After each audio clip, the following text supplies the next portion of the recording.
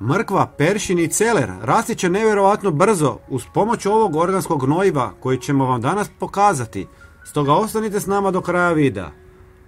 To su biljke koje se mogu kontinuirano brati tijekom cijele vegetacijske sezone, od proljeća do jeseni.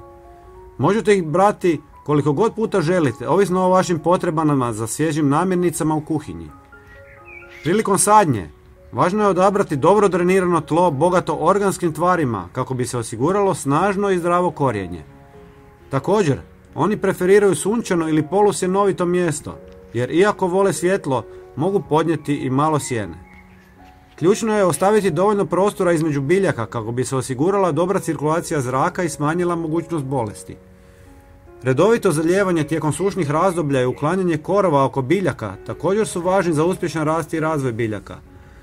Umjesto da bacate koru od banane, izrežite je i stavite u pola litre vruće vode. Dodajte 100 ml svježeg mlijeka i sve dobro pomiješajte.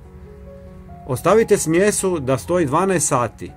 Nakon toga razredite je još sa 2 litre vode i koristite je za zalijevanje mrkve, peršina i celera svakih 10 dana. Rezultati će vas oduševiti. Prijatelji, obavezno se pretplatite na naš kanal za još korisnih savjeta o vrtlarstvu. Hvala vam puno i pozdrav!